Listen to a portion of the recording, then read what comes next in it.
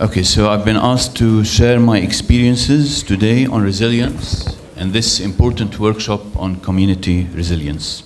And before starting, I want to thank the International Red Cross and the Lebanese Red Cross for asking me to speak in this workshop. I'll be speaking in English as I've been asked to do, but I'm happy to, during the coffee break or afterwards, answer questions in Arabic or English. What I'm about to speak of today summarizes my experiences in the region, in the MENA region and in Eastern Europe, in resilience building, in different countries, whether high income or low income, with different economies, whether completely reliant on oil and gas or mixed economies or touristic economies, and with different governance and transparency and, if you want, democratic institutions. And I want to speak, time permitting, on 10 main challenges which, if addressed properly, can be looked at as 10 main opportunities for improving and building resilience in the region. And they're an opportunity, as my colleague before me was saying, they're an opportunity to protect existing development gains by reducing existing risk. They're an opportunity to make sure future development challenges are sustainable by protecting new initiatives against new risk.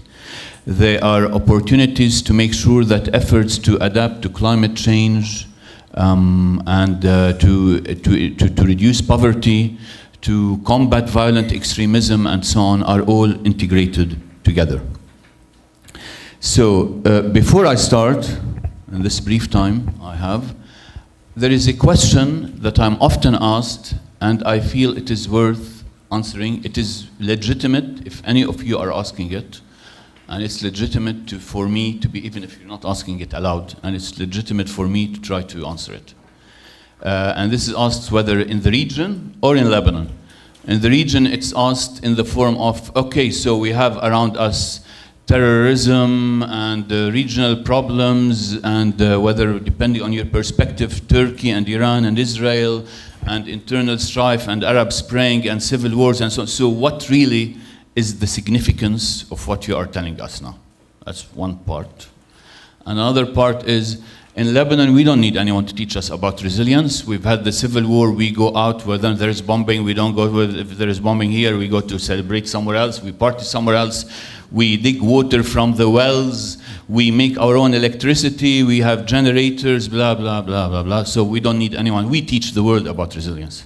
We don't need anyone. But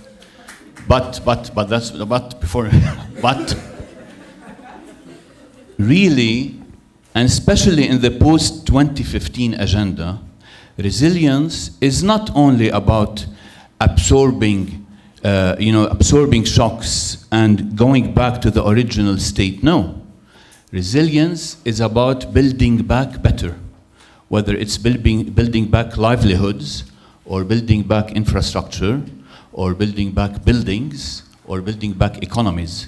Resilience is about absorbing shocks and building back better, what they call BBB. And so if we look, in a small case, if we look at Lebanon, I cannot say that we have built back better. Yes, we have, as individuals, as communities, we have reacted to the water crisis by digging wells, but this has contaminated our water table. We have reacted to the electricity problem by having generators. This has added to our air pollution problem, which is now responsible for more cancer cases than smoking, and we all smoke a lot. So no, we cannot say that we have built back better.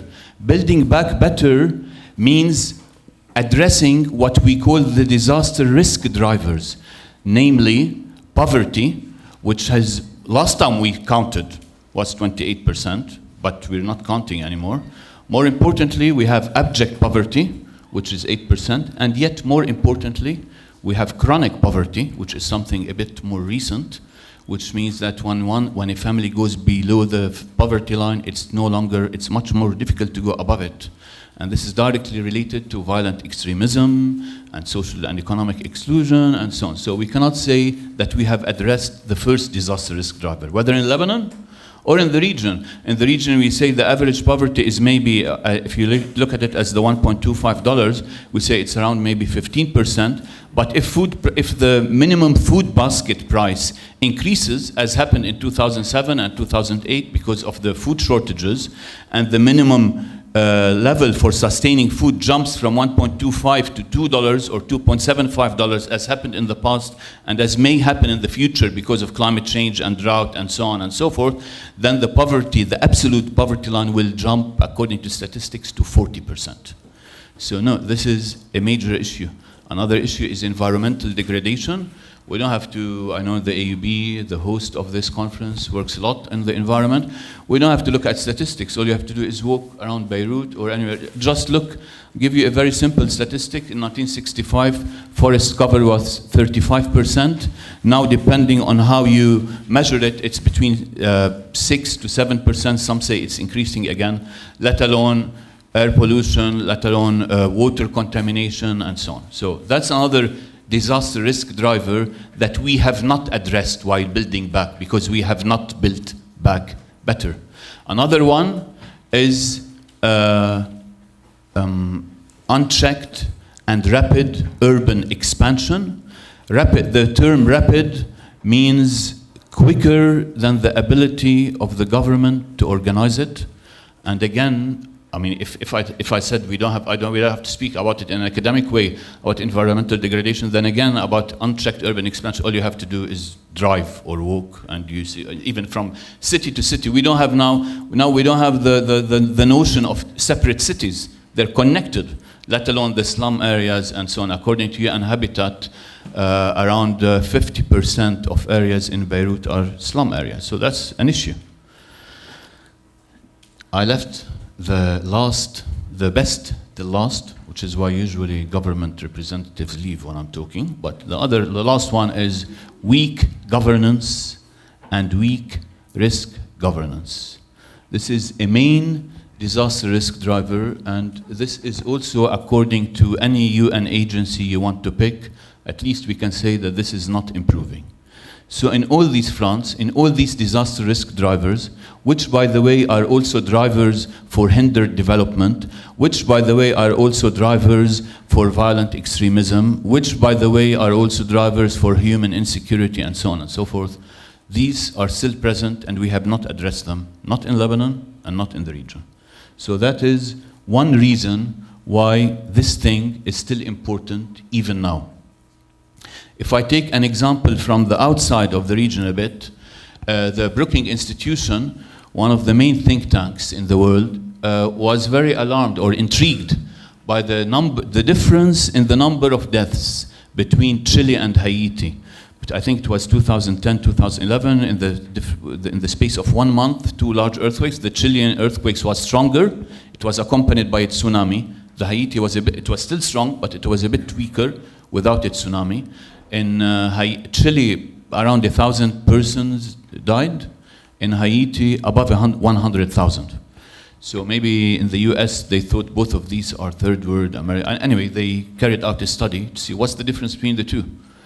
And it's available online. And the direct reason is because in Chile, there are codes and building codes and so on, and in Haiti, there aren't. And then they dig a bit deeper, and they say, well, in Chile, the codes are contextualized to the specificities of the material and building material and so on. In Haiti, they're not.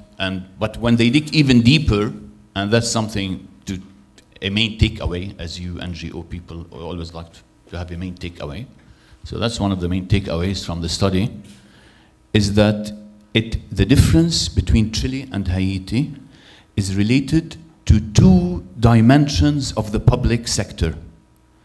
Its ability to transform strategies into policies and programs and projects and activities and allocate financial and human resources for them and implement them and monitor their implementation and adjust them if they're not being implemented properly. In other words, the first dimension is the effectiveness of the public sector in general, and the second dimension is the effectiveness of the public sector in addressing and combating corruption. So that's in Lebanon or in the region. that's another reason why resilience is still very important. Resilience is also important. It's not only important, it's also a priority, because it can destroy societies. And we have seen so many times in the MENA region, so many civilizations have collapsed because of drought.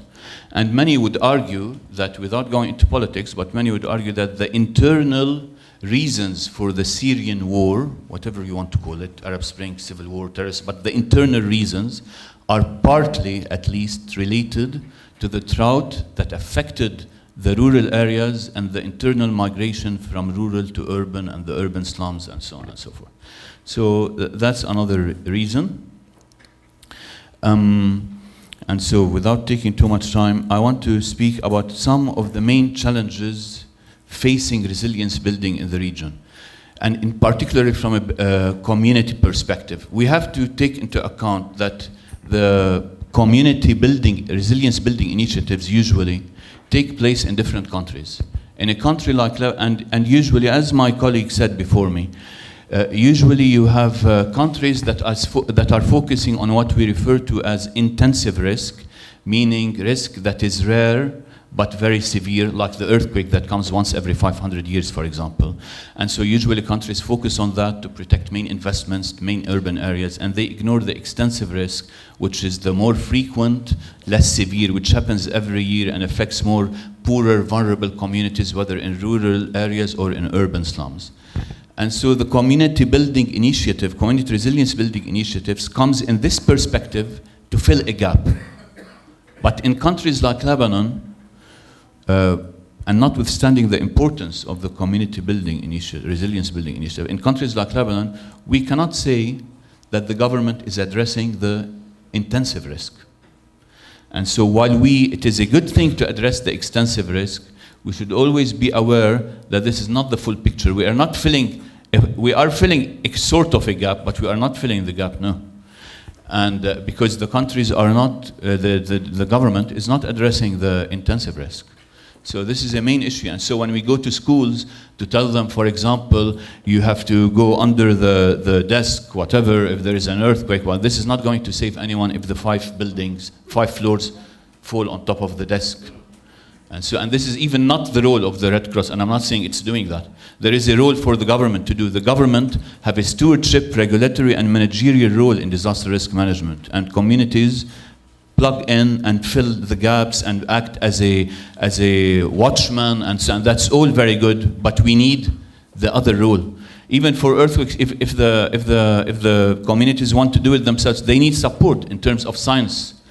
The UN ESCWA agency says that the weak science policy interface in the whole of the MENA region is one of the main, if not the main obstacle to sustainable development in the MENA region, in the Arab region, the weak science policy interface. So that's another major threat, that many of these initiatives that are led and driven by NGOs or international aid agencies or UN agencies, we cannot say they have succeeded unless they have informed policy, unless they have informed the science policy interface. And more often than not, they are not. And so, because I'm being told time is out, I'm going to end with one main and last challenge to do with risk governance.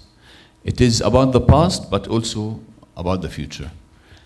In 2015, or around 2015, when they reviewed the progress made in the implementation of the HUGO for disaster risk management, when they reviewed the progress made in the Millennium Development Goals, when they reviewed the progress made in climate change, when they reviewed the progress made in something very different, which is the Convention of the Rights of the Child. And different agencies reviewed it. Some were international, some were regional UN agencies, some was a regional NGO network, some were Save the Children Fund, and so on and so forth. It's very telling that 4 very different initiatives, reviewed by 4 very different stakeholders, had one common, they had many conclusions, but had one common conclusion, and this is very telling, when they said that the issue of capacity building on its own did not affect change. And change was not affected, if this is what we all want to do, change was not affected because the weak governance dimension was not addressed and the weak risk governance dimension was not addressed. And this remains a very important challenge until now. And by risk governance or governance of resilience building initiatives, by that we mean the allowing all stakeholders from the very beginning, including vulnerable communities, to have access to the decision-making process, not only that governments are doing, that sometimes international companies are doing in the design of international projects. Who decides, for example, whether we want to look at intensive risk or extensive risk? Who decides if we want to look at response or recovery? Who decides if early warning systems should be people-centered or not? Who decides if we should protect existing risk, which means we protect existing development gains, or we ignore it and we just look for protecting new investments, and so on and so forth. So weak risk governance remains the main challenge. Thank you, and apologies for taking too much time.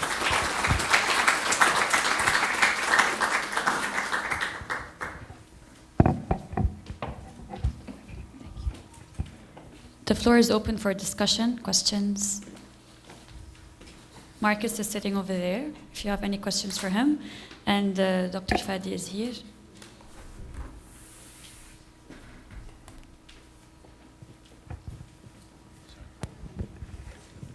Hello, my name is Dima Al-Khouri, and I'm working on a PhD on the subject of social and urban effects of the presence of Syrian refugees on Lebanese cities. And so obviously resilience has been a part of my work a lot. And what I have is probably just maybe some comments, and maybe they could be questions. So just let me know if I take too much time, I'll stop. I think a very interesting question to try to define resilience to start with, because I have a small problem with defining what community resilience is, because I don't know where community resilience ends. And resilience as a concept, and Mr. Oxley said so, comes from the physical, scientific sphere before coming into the social sciences. And then we could think of resilience as, you know, if we have an elastic and we just pull on it, resilience is the ability of the elastic to come back to its original state. And that is not a possibility for a community, because communities only evolve. And I argue that adaptation and community change and societal change is not resilience. It's a different concept, it's a different notion. So that's my issue with defining what resilience is. But if we were to try to work on a definition, I would want to know, where does resilience end? So if there's no longer resilience, does that mean there is war? Where's the end of this resilience? Where does the elastic break? And so that's a first comment. Mr. Oxley said the word is politically neutral, and that for me makes it very politically exploitable. And so it is very much a buzzword, especially since it's in our agendas until 2030, I think Mr. Oxley said. And then he said that the UN Habitat, I caught the last, the last term that UN Habitat says it's, I think I wrote it somewhere. I can't find it, but, well, you talked about the mafia being an example of resilience, and then resilience becomes a negative term in that sense. So I think there's a lot of ambiguity in defining the term. And then there's a problem when we talk of resilience, and everybody and all the keynote speakers touched on the subject of resilience coming from, the grassroots organizations. And I think one major problem in Lebanon is that there is no communication and no trust between the very local and very grassroots organizations and the policy making, funding, NGOs. There is no communication between them. And so that also makes resilience very much a buzzword.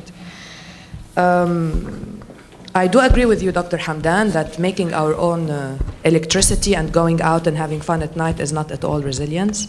And I don't even think it's funny. I think it's a big problem.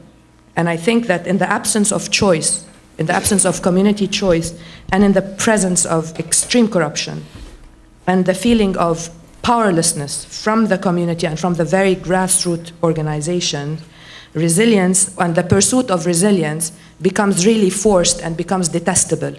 And I think we increase the problem, and we have forced migration and forced displacement, but we also have forced resilience because there is no choice. And so being resilient without choice is also a question. And I'm not sure if there's a question, but I would like your comments. Thank you.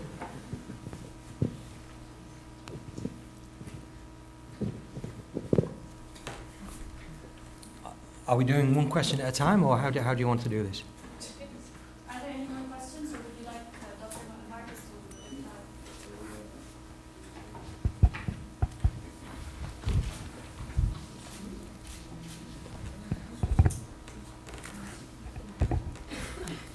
Hello. Hello. I also have a small comment on what's being discussed on informality, because the issue of electricity that was discussed in Lebanon, generating our own electricity, is not considered as resilience. I would like to disagree a bit here, because I think there's a lot for us to learn from informality, and but it contributes to the resilience of a community. There's a study that we are doing now at IFI in the climate change program that addresses this issue of informality and its contribution to resilience, and at the same time, how is that contributing to sustainability of a city? Because even though resilience is a characteristic of sustainability, resilient system is not necessarily sustainable. I just wanted to comment on that issue.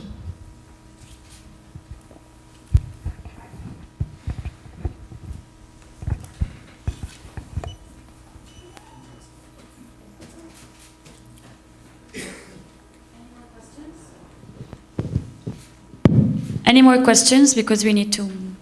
Yeah. Just I'm asking about what we had seen 2 days ago on TV, what happened in Syria. Almost 200 died with the raids. How can the people continue to make their resilience in such pain things?